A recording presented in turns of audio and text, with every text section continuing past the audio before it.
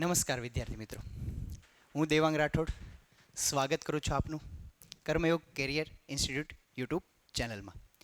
વિદ્યાર્થી મિત્રો, આપે વિડીયો લેક્ચરનું થંબનેલ જોયું હશે. HSC એક્ઝામ માર્ચ 2024ના આજના રોજ જે અકાઉન્ટ વિષયનો પેપર લેવાયેલ, હા મિત્રો, એ જ વિષયના પેપરનું સોલ્યુશન હું તમારી સામે આજે લઈને આવી ગયો છું. વિદ્યાર્થી મિત્રો, વધારે સમય નહીં લઉં, ખૂબ જ ટૂંકા સમયમાં આખા જ પેપરનું સોલ્યુશન તમારી સામે આજે હું રજૂ કરવાનો છું.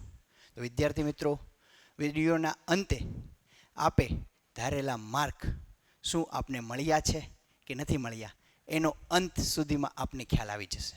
તો ચાલો મિત્રો, સમય ન લેતા આપણે વિડીયો લેક્ચર સ્ટાર્ટ કરીએ. વિદ્યાર્થી મિત્રો, પેપરની શરૂઆત કરતાં પહેલાં હું તમને બે વાત કરું કે આજનો પેપર એ માર્ચ અને જુલાઈ 2018થી લઈને 2023 સુધીમાં જે બોર્ડમાં પૂછાયેલા પ્રશ્નો હતા એ પ્રશ્નોનું પુનરાવર્તન અહીંયા વધારે પ્રમાણમાં જોવા મળ્યું છે. અને ખાસ જે સ્વાધ્યાયના પ્રશ્નો કરતાં બોર્ડના પેપરની અંદર ઉદાહરણના પ્રશ્નો તમારી સામે વધારે રજૂ થયેલા છે. અને ટેક્સ્ટ બુકના જ મોસ્ટ ઓફ MCQ અને VSQ તમારી સામે રજૂ થયેલા છે. તો આજે MCQનું સોલ્યુશન સેક્શન એની વાત કરીએ, જે 20 માર્ક્સનો સેક્શન હતો. તો એમાં ફર્સ્ટ MCQ હતો કે ભાગીદારોના ઉપાડ પરનું વ્યાજ એ ભાગીદાર માટે શું છે. પહેલા જ ચેપ્ટરનો ભાગીદારી વિષય પ્રવેશનો પ્રશ્ન છે. ભાગીદારનું ઉપાડ પરનું વ્યાજ એ મિત્રો પેઢી માટે આવક છે, પરંતુ ભાગીદાર માટે શું છે તો કે ખર્ચ છે. તો પહેલા MCQનો આન્સર આવશે ખર્ચ. ત્યારબાદ મિત્રો MCQ નંબર 2, આમ જોવા જઈએ તો મેજોરિટી વિદ્યાર્થીઓએ આ પ્રશ્નની અંદર ભૂલ કરી હશે. હા સર, ખ્યાલ છે. એ ઘરે આવ્યા ને ત્યારે ઘણાને ખ્યાલ આવ્યો હશે અને ઘણાને પેપરના સમયે જ ખ્યાલ આવી ગયો હશે. જેમ કે મિત્રો, અહીંયા તમારી સામે MCQ એવી રીતના છે, ટેક્સ્ટ બુકનો જ છે. તમને એવું જ લાગશે કે સર 22,000 રૂપિયા આન્સર આવે છે, પણ ખરેખર 22,000 રૂપિયા નથી આવતો. લે સર, શું વાત કરો છો. ખરેખર તમે જોજો વિદ્યાર્થી મિત્રો, પ્રશ્ન થોડો ટ્વિસ્ટ કરવામાં આવ્યો છે. ટ્વિસ્ટ શું કર્યો છે તમને કહું. ટેક્સ્ટ બુકમાં આ પ્રશ્નમાં તમને નફા નુકસાનનું પ્રમાણના બદલે ત્યાં શબ્દ પ્રયોગ કર્યો છે મૂડીનું પ્રમાણ. એટલે કે મૂડીના પ્રમાણમાં નફા કે નુકસાનની વહેંચણી ન કરતા આપણે નફા નુકસાનના પ્રમાણમાં વહેંચણી કરવી પડે. અને ટેક્સ્ટ બુકમાં એમાં નફા નુકસાનનું પ્રમાણ ન આપતા મિત્રો તમે સરખે હિસ્સે વહેંચણી કરો છો ત્યારે તમારો આન્સર 22,000 બને છે. પરંતુ અહીંયા તમારું નફા નુકસાનનું પ્રમાણ આપી દીધું છે અને નફા નુકસાનનું પ્રમાણ છે 3:2:1. એમાં ABC 3 ભાગીદાર છે. તો ભાગીદાર C ને કેટલો નફો મળશે? તો C નો નફામાં ભાગ કેટલો થયો? 3 ને 2 5 ને 1 6. તો C નો નફાનો ભાગ છે 1/6. તો 66,000 એને ગુણ્યા 1/6 એટલે મિત્રો તમારો આન્સર આવશે 11,000 રૂપિયા. હા મિત્રો, નિરાશ થવાની જરૂર નથી. ઘણા બધા વિદ્યાર્થીઓનો આન્સર ખોટો પડ્યો હશે, પણ બાકીના પણ ઘણા પ્રશ્નો સહેલા છે જેમાં તમને પૂરા માર્ક્સ મળશે. જેમ કે અહીંયા આન્સર આવશે A, જેનો આન્સર 11,000 રૂપિયા. ત્યારબાદ મિત્રો MCQ નંબર 3 છે, અધિક નફો એટલે શું? પાઘડીનો બેસ્ટ ક્વેશ્ચન. ત્રીજી પદ્ધતિ, ચોથી પદ્ધતિ, કોઈ પણ પદ્ધતિનું સ્ટેપ છે. અધિક નફો બરાબર સરેરાશ નફો માઇનસ અપેક્ષિત નફો, જે અહીંયા આન્સર આવશે C. તો ત્યારબાદ આગળ જોઈએ તો મિત્રો MCQ નંબર 4, જ્યારે પેઢીમાં દર વર્ષે નફો વધતો હોય, જ્યારે પેઢીમાં દર વર્ષે નફો વધતો હોય ત્યારે કઈ પદ્ધતિ પાઘડીની નફાની ગણતરી કરવા માટે વધુ હિતાવહ છે? તમે મિત્રો જાણો છો, જો નફામાં વધઘટ હોય તો સરેરાશ, અને જ્યારે નફામાં સતત વધારો હોય તો આપણે કઈ પદ્ધતિ અમલમાં મૂકીએ છીએ? તો કે ભારિત સરેરાશ નફાની પદ્ધતિ. તો મિત્રો અહીં આન્સર આવશે B. ત્યારબાદ મિત્રો MCQ નંબર 5 છે, ભાગીદારી પેઢીના પુનર્ગઠન સમય, એટલે કે ચેપ્ટર નંબર 4નો ક્વેશ્ચન છે. પાક્કા સરવૈયામાં દર્શાવેલ સંશોધન અને વિકાસ ખર્ચ. સૌથી પહેલાં તો સંશોધન અને વિકાસ ખર્ચ એ પેઢી માટે અવાસ્તવિક મિલકત છે, જે પાક્કા સર્વે મિલકત લેણા બાજુ દર્શાવેલ હોય છે. એ સંશોધન અને વિકાસ ખર્ચની પુનર્ગઠન સમયે માંડી વાળવા માટે આપણે ભાગીદારો વચ્ચે શું કરીએ છીએ? વહેંચણી. અને અવાસ્તવિક મિલકતો માંડી વાળવા માટે ભાગીદાર વચ્ચે વહેંચણી કરતા ભાગીદારોની મૂડી વધે કે ઘટે? ઘટે. પ્લસ થયું માઇનસ? માઇનસ. માઇનસ એટલે ઉધાર. તો અહીંયા મિત્રો આન્સર આવશે ભાગીદારોના મૂડી ખાતાની કઈ બાજુ એન્ટ્રી થશે? ઉધાર બાજુ, જે મિત્રો તમારો આન્સર બનશે આન્સર D. ત્યારબાદ મિત્રો આન્સર નંબર 6, ક્વેશ્ચન નંબર 6, ભાગીદારી પેઢીના પુનર્ગઠન સમયે યંત્રો ખાલી જગ્યા કિંમતે પુનઃ મૂલ્યાંકન બાદના પાકા સરવૈયામાં દર્શાવવામાં છે. પુનર્ગઠન થયા બાદ તમે જે નવું પાકું સરવૈયું બનાવો છો પ્રવેશ વખતે કે નિવૃત્તિ વખતે, તેમાં મિલકતોની નવી કિંમતની નોંધ કરો છો વધારો ઘટાડો થઈ ગયા બાદ.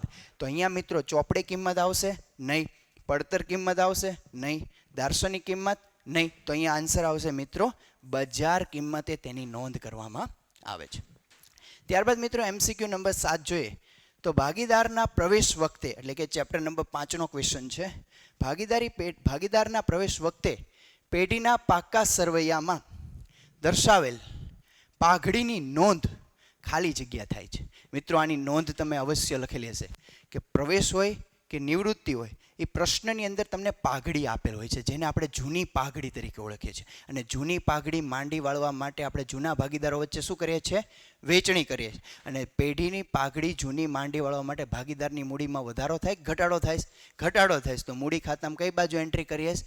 ઉધાર બાજુ. જો પ્રવેશ હોય તો જૂના ભાગીદારો 2 હશે, જો નિવૃત્તિ હશે તો ચાલુ ભાગીદારો 3 વચ્ચે. પણ નિયમ એક જ છે, ચાલુ ભાગીદારો વચ્ચે જૂના નફા નુકસાનના પ્રમાણમાં વેચણી થાય અને ભાગીદારોના મૂડી ખાતાની ઉધાર બાજુ તેની નોંધ થાય છે. એટલે જૂની પાઘડી માંડી વાળવા માટે ભાગીદારના મૂડી ખાતાની ઉધાર બાજુ નોંધ થશે.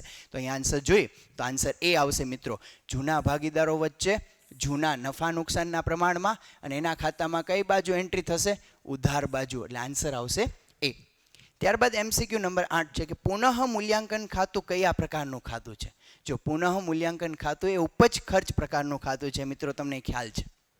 ત્યારબાદ MCQ નંબર 9 છે, પ્રોવિડન્ટ ફંડ ભાગીદારની નિવૃત્તિ વખતે ખાલી જગ્યા તરીકે નોંધાય છે. પ્રોવિડન્ટ ફંડ આપણા માટે અનામત છે? નહીં, આપણા માટે શું છે? દેવું છે. હવે દેવું હોય તો દેવા તરીકે જ નોંધ થાય ને.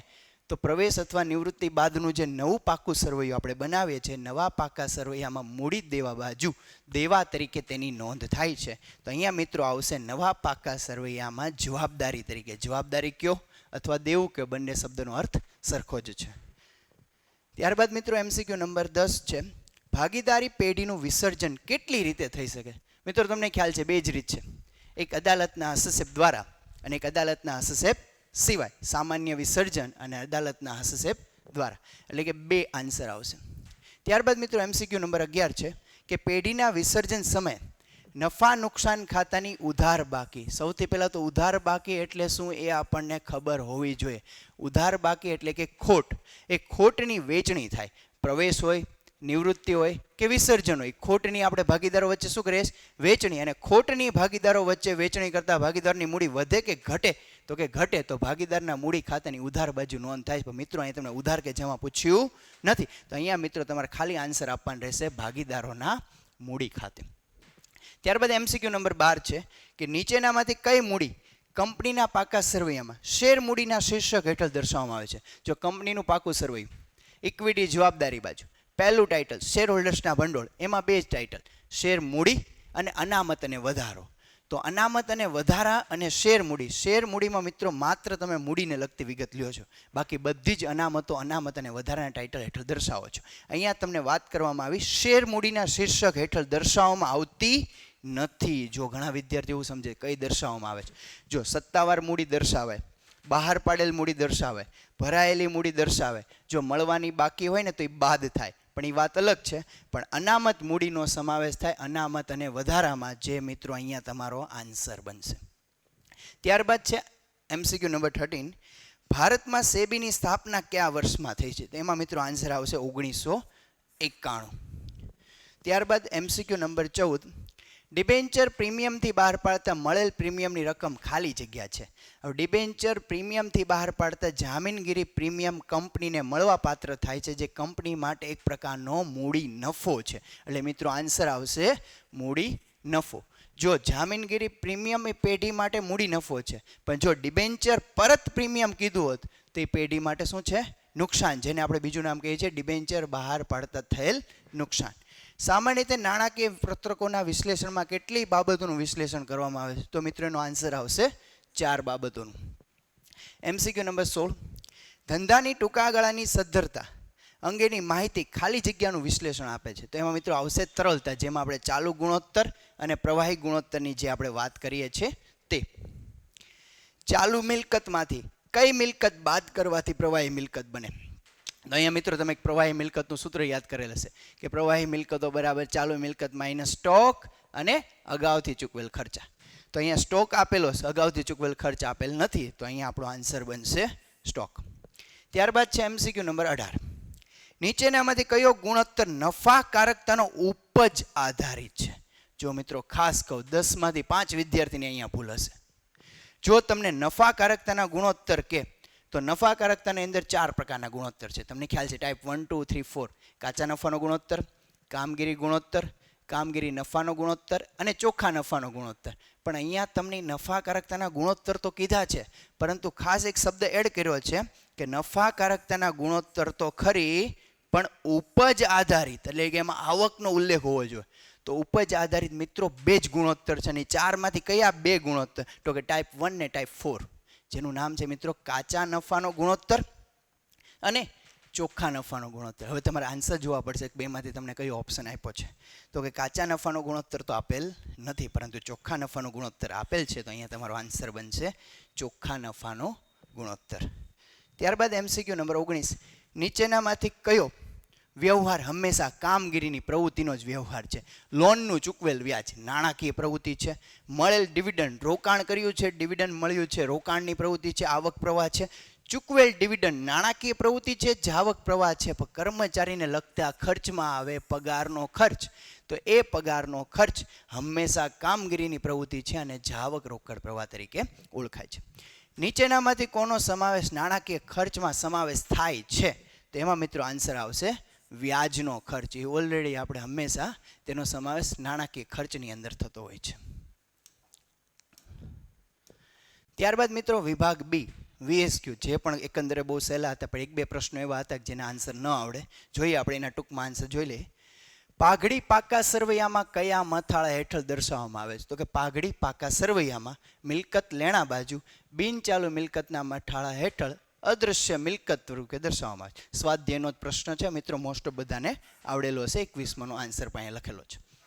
ભાગીદારી પેઢીના એકત્રિત નફાની રકમની વહેંચણી અંગે નમૂનાની આમ નોંધ લખો. જો મિત્રો અહીં વાક્ય સ્વરૂપે તમે આન્સર લખ્યો ને તો કદાચ આન્સર ખોટો પાડી શકે, પણ તમને અહીં કીધું નમૂનાની આમ નોંધ, એટલે તમારે આમ નોંધ સ્વરૂપે આન્સર લખવાનો. તમને એવું કોઈ શું કીધું છે? એકત્રિત નફો. એકત્રિત નફો એટલે જમા બાકી. નફાની વેચણી કરતા ભાગીદારની મૂડી વધે કે ઘટે? તો કે વધે. તો ઓબ્વિયસ વાત છે, ભાગીદારોની મૂડી પ્લસ થાય, જમા બાજુ એન્ટ્રી આવે. એટલા માટે ભાગીદારોના મૂડી અથવા તો કે ચાલુ ખાતે જમા બાજુ એન્ટ્રી થશે. તો કે નફા નુકસાનનું ખાતું શું થશે? ઉધાર. તો કે આ રીતના એની નમૂનાની આમ નોંધ થશે. ત્યારબાદ 23મો પ્રશ્ન છે. નિવૃત્તિ કે મૃત્યુ વખતે તે ભાગીદારને તેના ભાગની પાઘડી. જો નિવૃત્ત થનાર ભાગીદાર, કોની વાત આવી છે? નિવૃત્ત થતો હોય અથવા મૃત્યુ પામતો હોય તો તે ભાગીદારના ભાગની પાઘડી કોના દ્વારા આપવામાં આવે છે? મિત્રો જો આવો MCQ ગોતવા ન જવાનો હોય, તમને મૌલિક થતી એનો આન્સર આવડવો જોઈએ. નિવૃત્તિ વખતે પાઘડીની તમે એક જ આમનું લખો છો કે નિવૃત્ત થતો હોય ભાગીદારને તેના ભાગની પાઘડી આપવી પડે, અને તેના ભાગની પાઘડીને આપતા એની ભાગીદારની મૂડી વધે કે ઘટે? તો કે વધે. તો નિવૃત્ત થનાર કે મૃત્યુ પામનાર ભાગીદારનું મૂડી ખાતું જમા થાય છે. પણ નિવૃત્ત થનાર ભાગીદારના ભાગ, જે નફાનો ભાગ છે એ કોને મળશે? તો કે વર્તમાન ભાગીદારને. પણ વર્તમાન ભાગીદારમાં પણ ક્યારેક કોઈ ભાગીદારને લાભ થતો હોય છે, ક્યારેક કોઈ ભાગીદાર ત્યાગ કરતો હોય છે. એટલા માટે મિત્રો નિયમ છે, તમને ખ્યાલ છે કે જે ભાગીદારને જૂના ભાગ કરતાં નવા ભાગમાં વધારો થતો હોય તે ભાગીદારને લાભ થયો કહેવાય. તે લાભ થયો કહેવાય, ભાગીદાર લાભ લેનાર બને. તો અહીંયા મિત્રો તમે આવી રીતના આમનો નોંધ લખી શકો કે લાભ લેનાર ભાગીદાર છે એના ખાતે ઉધાર થાય, અને નિવૃત્ત થનાર કે મૃત્યુ પામનાર ભાગીદાર છે એના મૂડી કે ચાલુ ખાતે જમા બાજુ એન્ટ્રી આવે. તો અહીંયા આન્સર શું બનશે? તો કે નિવૃત્તિ કે મૃત્યુ વખતે તેના ભાગની પાઘડી લાભ લેનાર ભાગીદારો દ્વારા આપવામાં આવે છે. તો લાભ લેનાર ભાગીદારનું મૂડી અથવા ચાલુ ખાતું ઉધાર થશે, અને તે નિવૃત્ત પામનાર અથવા તો મૃત્યુ પામતો હોય તે ભાગીદારનું મૂડી કે ચાલુ ખાતું જમા કરવામાં આવશે. જો તમે અહીં આમનોંધ લખી હોય તો પણ તમે સાચા છો, અને આ રીતે વાક્યમાં આન્સર લખ્યો હોય તો પણ સાચા, કારણ કે તમને અહીંયા આમનોંધ એવો શબ્દ પ્રયોગ કર્યો નથી એટલા માટે. 24મો MCQ.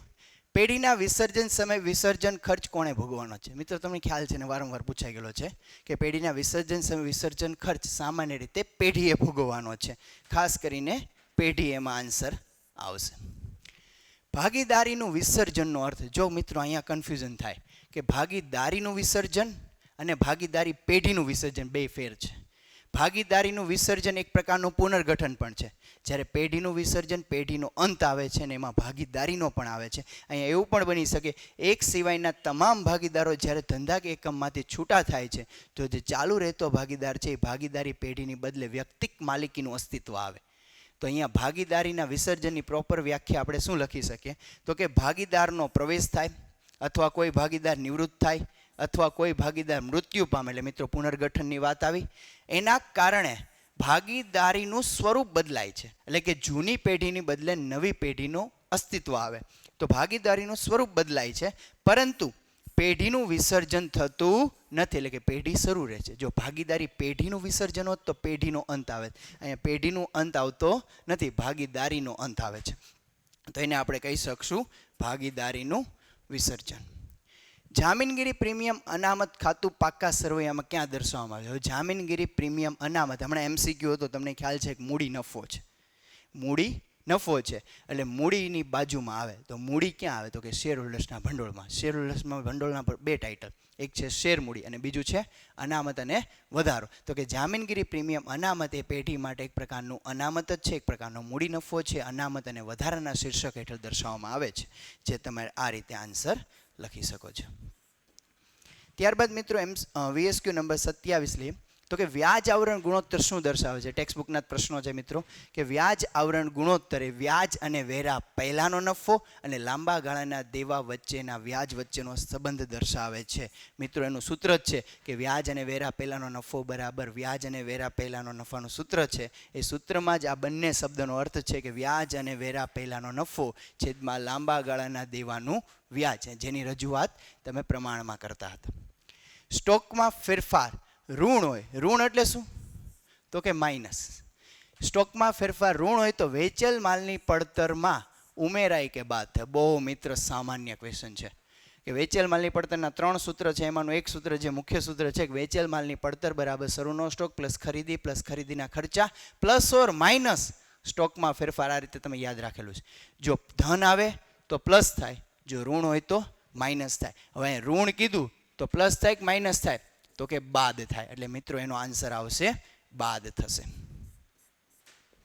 ત્યારબાદ મિત્રો VSQ 29 છે રોકડ પ્રવાહ પત્રક એટલે શું? તમને ખ્યાલ છે મિત્રો રોકડ પ્રવાહ પત્રક એટલે રોકડ આવક અને જાવક, પણ એને વ્યવસ્થિત રીતે લખવું પડે કે રોકડ પ્રવાહ પત્રક એટલે કે વર્ષ દરમિયાનની રોકડ આવક અને રોકડ જાવક કેટલી થઈ છે તેનું પરિણામ વર્ષના અંતે તમારે જાણવું હોય તો એ રોકડ અને રોકડ સમકક્ષમાં કેટલો વધારો ઘટાડો થયો છે ને ફાઇનલ અંતમાં તમારી પાસે કેટલી સિલક વધી છે એ સિલક દર્શાવતું જે પત્રક છે તેને મિત્રો આપણે કહેશું રોકડ પ્રવાહ પત્રક. લાસ્ટ 30મો VSQ સ્વનિર્મિત મિલકતો ક્યાં નોંધવામાં આવે? હવે સ્વનિર્મિત મિલકતો સૌથી પહેલાં તો મિલકત છે એટલે રોકાણની પ્રવૃત્તિ આવે. રોકાણની પ્રવૃત્તિ આવે એટલે પાછું આપણે એ કન્ફર્મ કરવું પડે ને કે આવક પ્રવાહ છે કે જાવક પ્રવાહ છે. હવે સ્વનિર્મિત મિલકત એટલે કે તમે જાતે બનાવેલી મિલકત, એમાં તમારે કાચા માલની જરૂરિયાત ઊભી થાય એટલે તમારે થોડો ઘણો જાવક પ્રવાહ તો બનશે. એટલે સ્વનિર્મિત મિલકત એ રોકાણની પ્રવૃત્તિ છે અને જાવક રોકડ પ્રવાહ તરીકે દર્શાવવામાં આવે છે. એટલે મિત્રો તમારે આ રીતે તેનો આન્સર દર્શાવવાનો. તો અહીંયા મિત્રો તમારા 30 માર્કના પેપર સોલ્વ થઈ ગયા માત્ર 10 જ મિનિટમાં. હવે આગળના જે લોંગ ક્વેશ્ચન છે સેક્શન C અને D ની થોડીક ચર્ચા કરશું. બાકીના ફાઇનલ આન્સર તમારે અહીંયા ડિસ્પ્લે હશે જે તમે તમારી રીતે મેચ કરી શકશો. સેક્શન C ની અંદર 31મો પ્રશ્ન છે ધ્રુવાદર્શી અને પ્રાચી 5:3:2 ના પ્રમાણમાં નફો નુકસાન વેચતા ભાગીદારો છે. વર્ષના અંતે હિસાબો તૈયાર કર્યા પછી માલુમ પડ્યું કે ઉપાડ પર વ્યાજ ગણવાનું રહી ગયું છે. ઉપાડ પર વ્યાજ ગણવાનું રહી ગયું તો ભૂલ સુધારણા નોંધ આવે. ભૂલ સુધારણા નોંધ આવે એટલે કે ટાઈપ 8 આવે કે ઉપાડ પર વ્યાજ ગણવાનું રહી ગયેલ હોય તેની ભૂલ સુધારણા નોંધ. ટાઈપ 8 ટેક્સ્ટ બુકમાં 2 સમ છે. ચેપ્ટર નંબર 1 ની અંદર એક્ઝામ્પલ નંબર 8 છે અને સ્વાધ્યાયમાં પ્રશ્ન નંબર 3 ની અંદર પણ પ્રશ્ન નંબર 8 છે. મિત્રો એ 2 પ્રશ્નોના આધારે તમારા પ્રશ્ન ગણવાનો રહે. ત્યારબાદ પ્રશ્ન નંબર 32 છે અપૂર્વ, અક્ષય અને આર્ય એક પેઢીના ભાગીદારો છે. તેમની વચ્ચે નફા નુકસાનની ફાળવણીનું પ્રમાણ 1:2:2 છે. બધા જ ભાગીદારોએ નફા નુકસાનનું ફાળવણીનું પ્રમાણ બદલીને 3:2:1 કર્યું છે. એટલે આનો ટોટલ 5 બનશે જ્યારે આનો ટોટલ 6 બનશે. એટલે તમારે મિત્રો કાં તો લસ્સા લેવા પડશે કાં તો છેદ સરખા કરવા પડશે. અને એના આધારે ત્યાગની ગણતરી કરવાની છે. અને આ બધાને લગભગ દરેક વિદ્યાર્થીને આવડતું, એટલે અત્યારેનો સમય ન લેતા ત્યાગનું સૂત્ર ખાલી કહી દઉં છું: જૂનો ભાગ માઇનસ નવો ભાગ. 33મો પ્રશ્ન મિત્રો થિયરી મૂક્યો હતો. વિસર્જનમાં મેં તમને વાત કરી હતી કે 2 પ્રશ્નો છે, તો એમાંથી એક પ્રશ્ન થિયરી આવી શકે. ડિબેન્ચરમાં પણ 2 પ્રશ્નો છે, તો એક પ્રશ્નમાં થિયરી આવી શકે. તો બંનેમાં મિત્રો એક પ્રશ્ન આવેલા છે. ભાગીદારી પેઢીનું વિસર્જન કરવા અદાલત કેવા કેવા સંજોગોમાં હુકમ કરી શકે, જેને આપણે ફરજિયાત વિસર્જન કહીએ છીએ. જ્યારે કોઈ ભાગીદાર અસ્થિર મગજનો થાય તો અદાલત હુકમ કરી શકે વિસર્જન માટે. જ્યારે કોઈ ભાગીદાર પોતાની ફરજો બનાવવા માટે અશક્તિમાન બને, જ્યારે કોઈ ભાગીદાર પેઢી કે પેઢીના ધંધાના સતત હિત વિરુદ્ધનું વર્તન કરે ત્યારે, જ્યારે કોઈ ભાગીદાર ધંધાની શરતોનો ઈરાદાપૂર્વક એટલે કે જાણી જોઈને ભંગ કરતો હોય ત્યારે, કોઈ ભાગીદાર પેઢીમાં પોતાનો સંપૂર્ણ હિસ્સો અન્ય કોઈ ભાગીદારને સંમતિ લીધા વગર તબદીલ કરી દે ત્યારે, અથવા તો વેચી દે ત્યારે, ભાઈ મારી બદલે હવે આ ભાગીદાર ગણાશે તો એમ ચાલે ને, બધાની અનુમતિ લેવી પડે. પેઢી સતત ખોટ કરતી હોય અને ખોટ સિવાય ધંધો ચાલે તેમ ન હોય ત્યારે, અને અદાલતને આ સિવાય કોઈ પણ વ્યાજબી કારણ લાગે તો એવા સંજોગોમાં પેઢી વિસર્જન અંગે હુકમ કરી શકે છે. હવે મિત્રો અહીંયા 6 પોઈન્ટ છે. જો બોર્ડ ઈચ્છે તો અડધો માર્ક 1 પોઈન્ટનો આપે તો તમારે 6 પોઈન્ટ લખવા પડે. પણ જો આન્સર કીમાં એ લોકો એવું કહી દે કે કોઈ પણ 3 પોઈન્ટના 3 માર્ક આપવા, તો આમાંથી કોઈ પણ 3 પોઈન્ટ તમે લખ્યા હોય તો પણ તમને 3 માર્ક મળે. હા મિત્રો, ઘણી વખત 1 પોઈન્ટનો પણ 1 માર્ક આપે છે બોર્ડમાં. ત્યારબાદ MCQ નંબર 34, જેનો મિત્ર અહીંયા મેં આન્સર હજુ નથી કર્યો, હું બોલી નાખીશ, તમને ખ્યાલ આવી જશે, એટલે તમે ચેક કરી લેજો કે વિસર્જનની આમ નોંધ છે કે પેઢીનો વિસર્જન ખર્ચ 10,000 રૂપિયા થયો. અહીંયા કોઈ ભાગીદારની વાત આવી નથી, તો આ વિસર્જન ખર્ચ કોણ ભોગવશે? પેઢી. પેઢી માટે ખર્ચ નુકસાન ઉધાર, મામીની ખાતે ઉધાર, અને ચૂકવેલા ધંધામાંથી રોકડ બેંક જાય તે જમા. એટલે પહેલી આમ નોંધ બનશે માલ મિલકત નિકાલ ખાતે ઉધાર, તે રોકડ બેંક ખાતે જમા. બીજી આમ નોંધ, ભૂતકાળમાં માંડી વાળેલ ઘાલખાતના 12,000 પૈકી 8,000 પરત મળેલ છે. તો અત્યારે હાલમાં તમારી પાસે કેટલા આવ્યા? 8,000. તો આપણે 8,000ની નોંધ કરવાની. ઉપજ થઈ, ધંધામાં રોકડ બેંક આવે તે ઉધાર, રોકડ બેંક ખાતે ઉધાર. શેના મળ્યા? ઘાલખાત પરત. જો મિત્રો ઘાલખાત પરતનું ખાતું નથી જમા કરવાનું. અહીંયા તમારા માટે ઉપજ ખર્ચ પ્રકારનું ખાતું એટલે કયું ખાતું છે? તો કે માલ મિલકત નિકાલ ખાતું. તો માલ મિલકત નિકાલ ખાતામાં ઉપજ લાભના નિયમ મુજબ માલ મિલકત નિકાલ ખાતું શું કરશું? જમા. તો બીજી આમ નોંધ બનશે રોકડ બેંક ખાતે ઉધાર 8,000 રૂપિયા, તે માલ મિલકત નિકાલ ખાતે જમા 8,000 રૂપિયા. ત્રીજો પ્રશ્ન છે, એક પેઢીના ચોપડે પાઘડી દર્શાવેલ નથી. પાઘડી સૌપ્રથમ આપણા માટે શું બની? તો કે મિલકત બની. હવે મિલકત પેઢીના ચોપડે દર્શાવેલ નથી, તો મિલકતનું ખાતું બંધ કરવાની આમનોંધ લખવાની જરૂર છે? તો કે નહીં. તો માત્ર કેટલી આમનોંધ આવશે? એક જ. પરંતુ ચોપડે નોંધેલ નથી, વિસર્જન સમયે તેના 40,000 રૂપિયાની ઉપજ થઈ. ધંધામાં રોકડ બેંક આવે તે ઉધાર, રોકડ બેંક ખાતે ઉધાર કરતું, ઉપજ કે લાભ જમા, એટલે માલ મિલકત નિકાલ ખાતે શું કરશું? જમા કરશું. 3ની આમનોંધ બોલી જાઉં છું. રોકડ બેંક ખાતે ઉધાર, મામીની ખાતે ઉધાર, તે રોકડ બેંક ખાતે જમા 10,000. બીજી ઘાલખાત પરત છે, રોકડ બેંક ખાતે ઉધાર, તે માલ મિલકત નિકાલ ખાતે જમા 8,000. 12,000ની એન્ટ્રી કોઈ જગ્યાએ નહીં આવે. નહીં નોંધાયેલ મિલકતની ઉપજ છે, રોકડ બેંક ખાતે ઉધાર, તે માલ મિલકત નિકાલ ખાતે જમા 40,000 રૂપિયાની નોંધ થશે. ત્યારબાદ મિત્રો 35મો પ્રશ્ન છે ડિબેન્ચરની. મેં તમને એવું કીધું ટાઈપ 1 to 6 છે ને, એમાંથી એક પદ્ધતિ તો હશે. એમાંથી 5મી પદ્ધતિ પૂછાઈ ગઈ છે કે ડિબેન્ચર વટાવથી બહાર પડ્યા છે અને પ્રીમિયમથી પરત કર્યા છે. ટેક્સ્ટ બુકનો બેઠો જ સ્વાધ્યાય ઉદાહરણ છે, એક્ઝામ્પલ નંબર 15, જે અહીંયા આન્સર તમારી સામે હમણાં ડિસ્પ્લે કરીશ. નવિયા લિમિટેડ નામ ફેરવ્યું છે. 100 રૂપિયાનો એક એવા 11%ના 6,000 ડિબેન્ચર 5%ના વટાવ, એટલે મૂળ કિંમત કેટલી થઈ? 100 રૂપિયા. એમાં વટાવ કેટલા ટકા છે? 5%. 5% એટલે 5 રૂપિયા. તો 95 રૂપિયા કંપનીને બેંક મારફત રિસીવ થશે. 95 રૂપિયા રિસીવ થશે. પણ કંપની 6 વર્ષ બાદ 10%ના પ્રીમિયમથી પાછા આપે. એટલે રિસીવ અમાઉન્ટ કેટલી? 95. પરત કિંમત કેટલી? 100 + 10%, એટલે 110 રૂપિયા પાછા આપ્યા. પણ 110 રૂપિયામાં 100 રૂપિયા શેના છે? ડિબેન્ચરના. એક્સ્ટ્રા કેટલા પાછા આપ્યા? 10 રૂપિયા, જેને આપણે શું કહેશું? ડિબેન્ચર પરત પ્રીમિયમ, જેનું બીજું નામ છે ડિબેન્ચર બહાર પાડતા થયેલ નુકસાન. તો અહીંયા મિત્રો 4 આમનોંધ બનશે, એક બહાર પાડ્યાની અને પછી પરત કર્યાની. 4 આમનોંધ તમારી સામે રજૂ કરી દઉં છું. પહેલી આમનોંધ મિત્રો બનશે બેંક ખાતે ઉધાર, તે ડિબેન્ચર અરજી ખાતે જમા 95 રૂપિયા જે રિસીવ અમાઉન્ટ છે તે 5,70,000 ગુણાકાર થશે. બીજી આમ નોંધ, અહીંયા જે અરજી મંજૂરી જમા કર્યું છે એ જ અરજી મંજૂરી અહીંયા ઉધાર કરશું. 5 રૂપિયાનું આપણું શું છે? નુકસાન, જેને આપણે વટાવ કહીએ છીએ. તો ડિબેન્ચર વટાવ ખાતે ઉધાર 6,000 ગુણ્યા 5 30,000 રૂપિયા. પરત કેટલા આપ્યા? 110. તો એ 10 રૂપિયાનું નુકસાન થયું, જેને આપણે કહીશું ડિબેન્ચર બહાર પાડતા થયેલ નુકસાન. તો એ 6,000 ગુણ્યા 10 એટલે કે 60,000 રૂપિયા એ થશે. ડિબેન્ચરની મૂળ કિંમત કેટલી? 100 રૂપિયા. તો 11% ડિબેન્ચર ખાતે જમા 6,000 ગુણ્યા 100 એટલે કેટલા આવશે? 6 લાખ. અને જે ડિબેન્ચર બહાર પાડતા થયેલ નુકસાન છે એ જ તમારું શું છે? તો કે ડિબેન્ચર પરત પ્રીમિયમ. તો એના ખાતે આપણે શું કરશું? જમા કરશું. તો અહીંયા બે આમ નોંધ ક્લિયર થઈ ગઈ હશે તમને. ત્યારબાદ અહીંયા હવે તમે જે ખાતાઓ જમા કર્યા છે એના જ આધારે પરત કરવાની આમ નોંધ હોય. તો શું ડિબેન્ચર 100 રૂપિયા ડિબેન્ચર હોલ્ડરને પાછા આપવાના? તો કે યસ. ડિબેન્ચર પરત પ્રીમિયમ એને આપવાનું? તો કે યસ. તો આ બે ખાતા જે જમા છે બે ખાતા નીચેની આમ નોંધમાં શું કરશું? ઉધાર. 11% ડિબેન્ચર ખાતે ઉધાર 6 લાખ રૂપિયા, ડિબેન્ચર પરત પ્રીમિયમ ખાતે ઉધાર 60,000. બે ભેગા કરીને ડિબેન્ચર હોલ્ડરને કેટલા આપવાના? 6,60,000. તો એના ખાતે પહેલાં જમા કરશું. તે ડિબેન્ચર હોલ્ડર્સ ખાતે જમા 6,60,000. હવે ડિબેન્ચર હોલ્ડર્સ લેનાર બને એટલે એના ખાતે ઉધાર કરશું અને બેંક થ્રુ એનું પેમેન્ટ કરશું એટલે તે બેંક ખાતે જમા કરશું. જો મિત્રો આ આન્સર તમે વ્યવસ્થિત પ્રોપર લખ્યો હોય તો આ છેલ્લી બે આમ નોંધ છે એનો તમને અડધો માર્ક મળે, પણ પહેલી બે આમ નોંધ છે એનો તમને 1 માર્ક મળે. એમ કરીને તમને 3 માર્ક્સ મળવા પાત્ર થાય.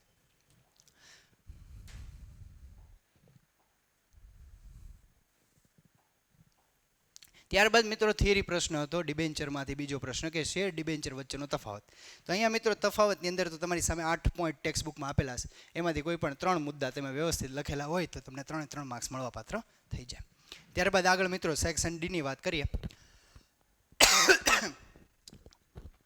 સોરી, સેક્શન ડીની અંદર મિત્રો પહેલા 2 પ્રશ્નો પાઘડીના છે. તમારું બધાનું ફેવરિટ ચેપ્ટર છે.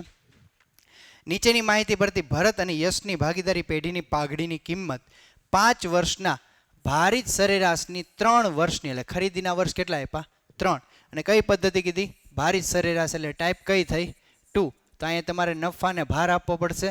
તો અહીંયા તમારે ભાર આપી દેવાનો 1, 2, 3, 4 ને 5 અને જોઈ લેવાનો ક્રમ ગોઠવેલા જ છે ને? તો કે ગોઠવેલા જ છે. હવે નફાનો ભાર સાથે ગુણાકાર કરશો એટલે તમને શું મળશે? ભારિત નફો. અહીંયા ભાર થશે 15 કુલ ભાર.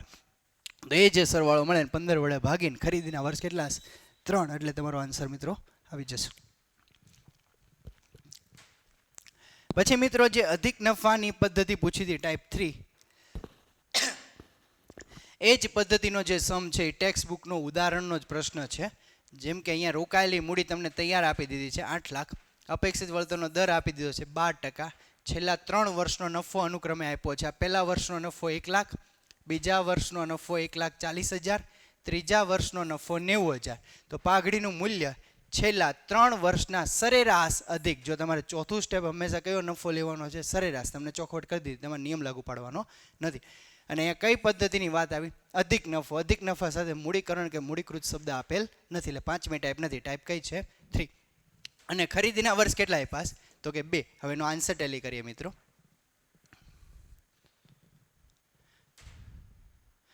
તો અહીં રોકાયેલી મૂડી આપણને તૈયાર આપી છે 8 લાખ રૂપિયા, અપેક્ષિત વળતરનો દર આપ્યો છે 12%. તો 8 લાખના 12% કરતાં આપણો આન્સર આવશે 96,000. 3 વર્ષનો નફો આપ્યો છે 1 લાખ, 1,40,000, 90,000, 3,30,000 થશે. 3,30,000 ને 3 વડે ભાગતા મિત્રો તમારો આન્સર થશે 1,10,000, જેને આપણે સરેરાશ નફા તરીકે ઓળખીશું. અધિક નફાનું સૂત્ર છે સરેરાશ નફો માઇનસ અપેક્ષિત નફો. સરેરાશ નફો કેટલો આવ્યો? 1,10,000. અપેક્ષિત નફો ઉપર આપણને મળ્યો 96,000. બાદ કરતાં તમને અધિક નફો કેટલો મળ્યો? 14,000 રૂપિયા. મિત્રો તમારો આન્સર થયો. ખરીદીના વર્ષ કીધા છે 2. જો 14 ને 2 વડે ગુણતા તમારો અધિક નફો ફાઇનલ થશે 28,000 રૂપિયા. આમાં પણ મિત્રો પહેલાં જે 4 સ્ટેપ છે એના 3 માર્ક્સ હોય છે અને બાકીના છેલ્લા સ્ટેપમાં અડધો માર્ક્સ આપીને એમ કરીને 4 માર્ક્સ આપતા હોય છે બોર્ડની એક્ઝામમાં. ત્યારબાદ મિત્રો 39મો પ્રશ્ન છે તમારી સામે. જે તમને બધાને ખરેખર આવડ્યું હશે, કારણ કે તુલનાત્મક નફા નુકસાનનું પત્રક પૂછ્યું છે અને એમાં પણ બધી માહિતી તૈયાર રેડીમેડ વ્યવસ્થિત આપી છે. 2022 અને 23 16 17ના ખાલી વર્ષ ફેરવે છે.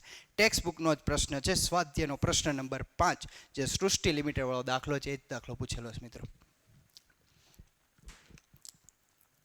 ત્યારબાદ ગુણોત્તરની અંદર તમને ચાલુ ગુણોત્તર અને પ્રવાહી ગુણોત્તર પૂછ્યો છે. એ પણ મિત્રો ચોપડીનો જ એક્ઝામ્પલનો સમ છે. એનો આન્સર પણ તમારી અહીંયા સામે રજૂ કરી દઉં છું.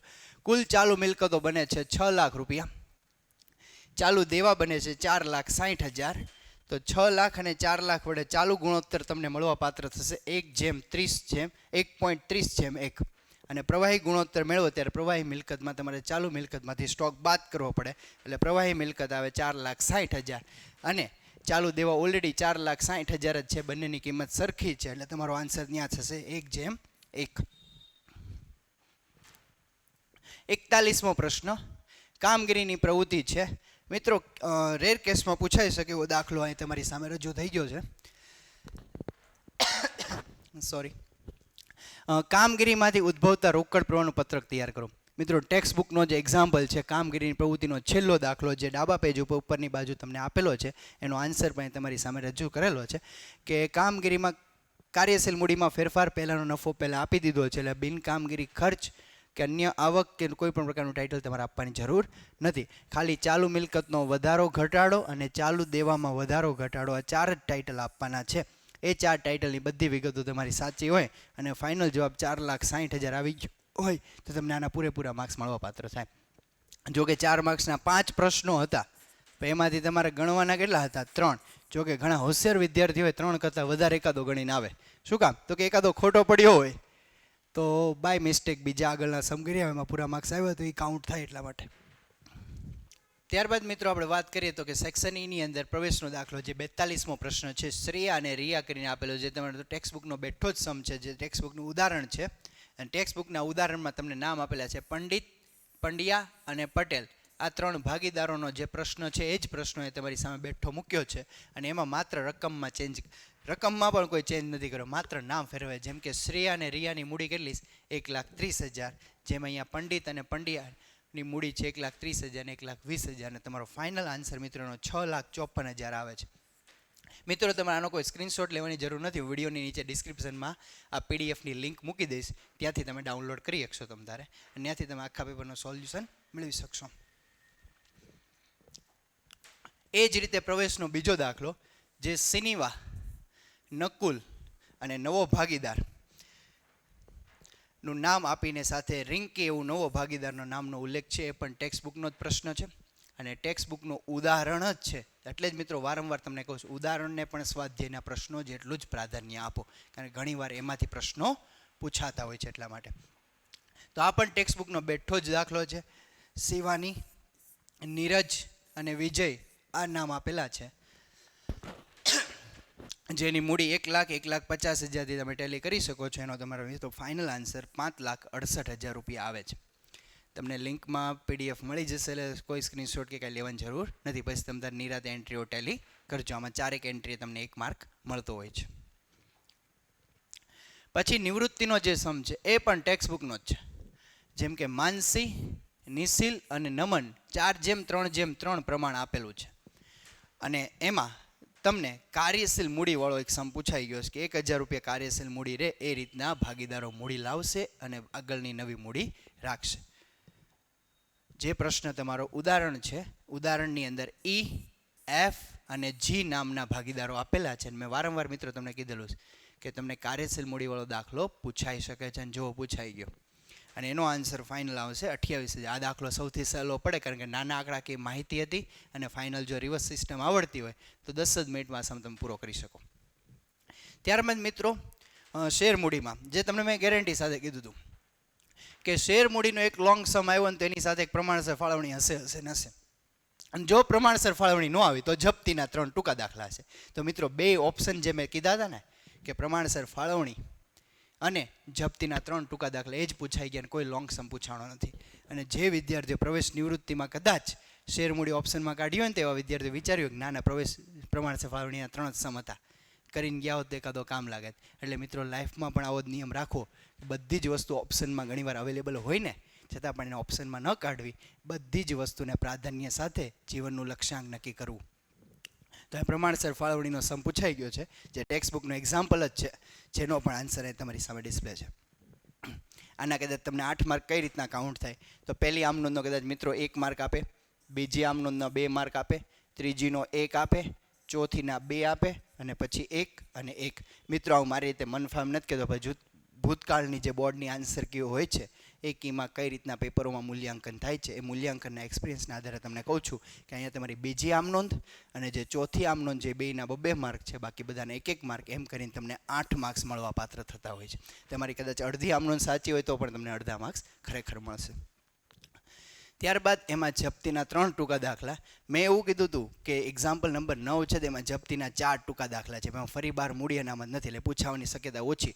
પણ ઉદાહરણ 10, સ્વાધ્યાય પ્રશ્ન 12 ને સ્વાધ્યાય પ્રશ્ન 13 આ 3 દાખલામાં પૂછાય. એવું પણ કીધું હતું કે ઉદાહરણ 10 જો પૂછાય તો એના પહેલા 3 પ્રશ્નોને પ્રાધાન્ય રાખવાનું, કારણ કે પ્રશ્ન 4 અને પ્રશ્ન 5માં 3 કરતાં વધારે આમનોંધ આવી શકે છે અને વિદ્યાર્થીને ટફ પડે, એટલા માટે એને પ્રાયોરિટી ન આપતા પહેલા, બીજા, ત્રીજા પ્રશ્નોને પ્રાયોરિટી આપે. તો અહીંયા તમારી સામે જે પ્રશ્નો રજૂ થયા છે, એક્ઝામ્પલ નંબર 10ની અંદર પહેલો, બીજો અને ત્રીજો જે પ્રશ્ન છે એ પ્રશ્ન એ તમારી સામે રજૂ થઈ ગયા છે. તો એક્ઝામ્પલ 10નો પહેલો, બીજો અને ત્રીજો પ્રશ્નોનું સોલ્યુશન મિત્રોએ તમારી સામે રજૂ કર્યું છે. આ છે અ એટલે કે પહેલો પ્રશ્ન, જેની 3 આમનોંધ છે. બ એટલે કે બીજો પ્રશ્ન, એની 3 આમનોંધ તમારી સામે રજૂ કરી છે. અને ક એટલે કે ત્રીજો પ્રશ્ન, એની પણ તમારી સામે આમનોંધ રજૂ કરી છે. હવે મિત્રો અહીંયા તમારી સામે ટોટલ છે ને 9 આમનોંધ થાય. હવે 9 આમનોંધમાં કદાચ કોઈ 7 આમનોંધ એવી બને કે જેના 7 માર્ક રાખે, અને કોઈ 2 આમનોંધ એવી બને એનો અડધો માર્ક રાખી દે, એટલે મિત્રો તમારા 8માંથી 8 માર્ક્સ થાય. હવે કઈ 2 આમનોંધને અડધો માર્ક્સ રાખે હોય, બોર્ડની આન્સર આવે ત્યારે હું અપડેટ આપતો રહીશ, તમને ખ્યાલ આવી જશે. ત્યારબાદ મિત્રો વાર્ષિક હિસાબ, જે વિદ્યાર્થીનો ખૂબ મોટું ટેન્શન હતું ને, ટેન્શન આ વાર્ષિક હિસાબમાં તમારું હળવું થઈ જશે. કે ટેક્સ્ટ બુકનો જ પ્રશ્ન બેઠો પૂછાણો, ગયા વખતની જેમ એક્ઝામ્પલ 9 નથી પૂછ્યું, 5 ગણી રકમ કરીને ગયા વર્ષે પૂછ્યું હતું. આ વખતે ટેક્સ્ટ બુકનો સહેલો સમ પૂછી નાખ્યો, જે ધર્મ ને કર્મવાળો નામ પણ નથી ફેરવ્યા. વિચાર કરો એ લોકોએ, એટલે એટલો તમારો બેનિફિટ. ઘણા વિદ્યાર્થીઓને મને આજે ફોન અને મેસેજ આવ્યો કે સર 10 મિનિટમાં, કોઈ કે 12 મિનિટમાં, કોઈ કે 9 મિનિટમાં સર વાર્ષિક હિસાબ થઈ ગયો હતો. કે સર આમાં તમે જેટલું ટીક કરાવ્યું હતું ને પહેલેથી પ્રશ્નમાં ટીક માર્કના આધારે સમ સોલ્વ કર્યો છે, હવાલા પહેલાં સોલ્વ કર્યા, પછી એન્ટ્રી કરી, એટલે 10 જ મિનિટમાં સમ થઈ ગયો. પણ એ મિત્રો ક્યારે પોસિબલ બને? તમે અઘરા સમની પ્રેક્ટિસ કરી હોય ને, અને બધા હવાલા આવડતા હોય, તો તમે આના બધા જ હવાલા વ્યવસ્થિત પરફેક્શન સાથે, ટાઇટલ, સબટાઇટલ સાથે, જે બોર્ડમાં દર્શાવવા કમ્પલસરી નથી, પણ દર્શાવો તો એક તમારી આગવી ઇમેજ ઊભી થાય, અને આગળ જતાં ઇન ફ્યુચર તમે સારા એવા કેરિયરમાં ઓપ્શન પસંદ કરો તો ત્યાં તે બધી વસ્તુ તમારે શીખવાની જ છે. તો આનો પણ આન્સર મિત્રો મેં તમારી સામે રજૂ કર્યો છે, વ્યવસ્થિત ટાઇટલ, સબટાઇટલ, હેન્ડ રિટન સાથે જ, કે જે મારો કાચો નફો આવશે 41,400, પછી તમારી ચોખ્ખી ખોટ આવશે 13,000 રૂપિયાની. ઘણા વિદ્યાર્થીઓનો પ્રશ્ન હોય, સર આમાં 5 ખાતા બનાવવા કે 3 ખાતા બનાવવા? મિત્રો 2 રીતે સાચા છે. બોર્ડની આન્સર કીમાં અમને બંને પ્રકારની માહિતીનો ઉલ્લેખ હોય છે કે વિદ્યાર્થીઓએ 3 ખાતા બનાવ્યા હોય તો પણ બધી જ એન્ટ્રીઓ સાચી હોય તો એને અનુસંધાનમાં માર્ક આપવા, અને નફા નુકસાન ફાળવણી ખાતું મૂડી ખાતા કદાચ ન બનાવ્યા હોય તો એ રીતે, અને બનાવ્યા હોય તો એની સાથે એન્ટ્રી ધ્યાનમાં રાખીને માર્ક આપવા. એટલે કોઈ વિદ્યાર્થી 3 ખાતાથી બનાવ્યો હશે ને કોઈ વિદ્યાર્થીએ 5 ખાતાથી વાર્ષિક હિસાબ બનાવ્યો તો મિત્રો મૂંઝાવવાની જરૂર નથી, બંને રીત સાચી છે અને તમને માર્ક મળવા પાત્ર છે. એટલે કાચો નફો 41,400 આવે છે, ચોખ્ખી ખોટ 13,000 આવે છે, અને 13,000ની વેચણી થાય. જો આ નફા નુકસાન ફાળવણી ખાતું ન બનાવ્યું તો ચાલે, પણ અહીંયા મેં બનાવેલું છે, કારણ કે ઘણા વિદ્યાર્થીની હેબિટ 90% કેસમાં બધા જ ખાતાઓ બનાવવાની હોય છે, એટલા માટે. અને પછી વાર્ષિક ચાલુ ખાતા બંધ કરતા કર્મની જમા બાકી આવે છે અને ધર્મની ઉધાર બાકી આવે છે, જે ચાલુ ખાતામાં દર્શાવતા. અને પાકો સર્વેનો તમારો ફાઇનલ આન્સર આવે 3,78,300 રૂપિયા. જો આ બધી જ એન્ટ્રી વ્યવસ્થિત સાચી હોય તો તમને આમાં 11માંથી 11 માર્ક્સ મળવા પાત્ર છે. ત્યારબાદ મિત્રો વાર્ષિક હિસાબ કંપનીનો, જે ટેક્સ્ટ બુકનો બેઠો નથી, આ વખતે થોડીક રકમમાં ફેરફાર કર્યો છે, પછી એને રિલેટેડ માલ સામગ્રી, પાકા સર્વે ચાલુ મિલકત આવશે, કાયમી દૃશ્ય મિલકત, બિનચાલુ મિલકત, 2500 ઇક્વિટી શેર, 100 રૂપિયાનો એક એવા ઇક્વિટી શેર મૂડી છે, વેચાણ નન્નું પત્રક ટાઇટલ નંબર 1, અન્ય ઉપજ નન્નું પત્રક ટાઇટલ નંબર 2, કર્મચારી લાભના ખર્ચા ખર્ચમાં આવશે. લાંબા ગાળાના ઉછીના નાણાં બિન ચાલુ જવાબદારી આવશે. નાણાકીય પત્રક ખર્ચ આવશે. વેપારી દેવા ચાલુ દેવા આવશે. વેપારી લેણા ચાલુ મિલકત આવશે. રોકડ અને બેંક સિલક રોકડ અને રોકડ સમકક્ષ ચાલુ મિલકત આવશે. ઘસારો અને માંડી વાળેલ રકમ ખર્ચમાં આવશે. નન્નું પત્રક વેચેલ માલની પડતર અથવા વપરાયેલ માલની પડતર અથવા ચોખ્ખી ખરીદી ખર્ચમાં આવશે. બિન ચાલુ રોકાણ બિન ચાલુ મિલકત આવશે. એક પણ નામમાં તમને હેરાન નથી કર્યા, બધા ટેક્સ્ટ બુકમાં જે ઓલરેડી સમમાં આપેલા એ જ નામ છે. કરવેરાની જોગવાઈ આપી દીધી 40,000, જેની તમારે 2 એન્ટ્રી કરવાની થાય. નન્નું પત્રકમાં ટાઇટલ નંબર 6 બાદ કરવેરા 40,000 રૂપિયા. એની બીજી એન્ટ્રી ઇક્વિટી જવાબદારીમાં ચાલુ જવાબદારીમાં 9મું ટાઇટલ ટૂંકા ગાળાની જોગવાઈની અંદર કરવેરાની જોગવાઈ 40,000, જ્યાં મેં સ્ટાર કરાવેલા છે, એટલે વિદ્યાર્થીઓ તમે ભૂલ નહીં કરી હોય. એટલે બેની 2 એન્ટ્રી થશે. અને નન્નું પત્રકનો ફાઇનલ જે તમારો આન્સર આવે, 7મો આન્સર જે કહે છે, એની પણ મિત્રો 2 એન્ટ્રી થશે. એક તો એનો આન્સર અને અનામત અને વધારામાં પ્લસ થશે, જો પ્લસમાં આન્સર હોય તો. એનો પણ આન્સર મિત્રો અહીં તમારી સામે સોલ્યુશન કરી મેં મૂક્યો છે. કુલ ઉપજ આવે છે 3,85,000, કુલ ખર્ચ આવે છે 2,85,000 અને નફો આવે છે 60,000 રૂપિયા અને કરવેરા છે 40,000. તો મિત્રો આની 2 એન્ટ્રી આવે, એક કરવેરાની અને એક નફાની. કરવેરાની બીજી એન્ટ્રી ક્યાં આવે તો કે અહીંયા ટૂંકા ગાળાની જોગવાઈમાં કરવેરાની એન્ટ્રી આવે. અને નન્નું પત્રક મુજબ જે તમારો નફો આવ્યો છે અહીં અનામત અને વધારામાં એની બીજી એન્ટ્રી આવે. એટલે તમારા શેર હોલ્ડર્સના ભંડોળ બનશે 3,10,000, બિન ચાલુ જવાબદારી બનશે 1,75,000, ચાલુ જવાબદારી બનશે 90,000 અને ઇક્વિટી જવાબદારી બનશે 5,75,000. કુલ મિલકત પર 5,75,000 જ બનશે. બિન ચાલુ મિલકત બનશે 4,70,000, ચાલુ મિલકત બનશે 1,05,000. તો મિત્રો આ રીતે વ્યવસ્થિત જો તમે પેપર પ્રેઝન્ટ કર્યો છે તો 100માંથી 100 માર્ક્સ તમને મળવાપાત્ર થાય. જો કે આ વર્ષે એકંદરે પેપર બહુ સહેલો નીકળ્યો છે. આ વર્ષે 100માંથી 100 માર્ક આવવાવાળા વિદ્યાર્થીઓની સંખ્યા ગયા વર્ષની સરખામણીમાં ઘણી બધી વધારે હશે. જો કે મારા પણ ઘણા બધા વિદ્યાર્થીઓ આવશે અને તમે જો આ વિડીયો નિહાળ્યો અને તમારે પણ 100માંથી 100 આવવાની અપેક્ષા હોય તો તમે ચોક્કસથી કમેન્ટ કરીને જણાવજો મને સર. તો આજનો વિડીયો આપણે અહીંયા રાખીએ છીએ. Thank you.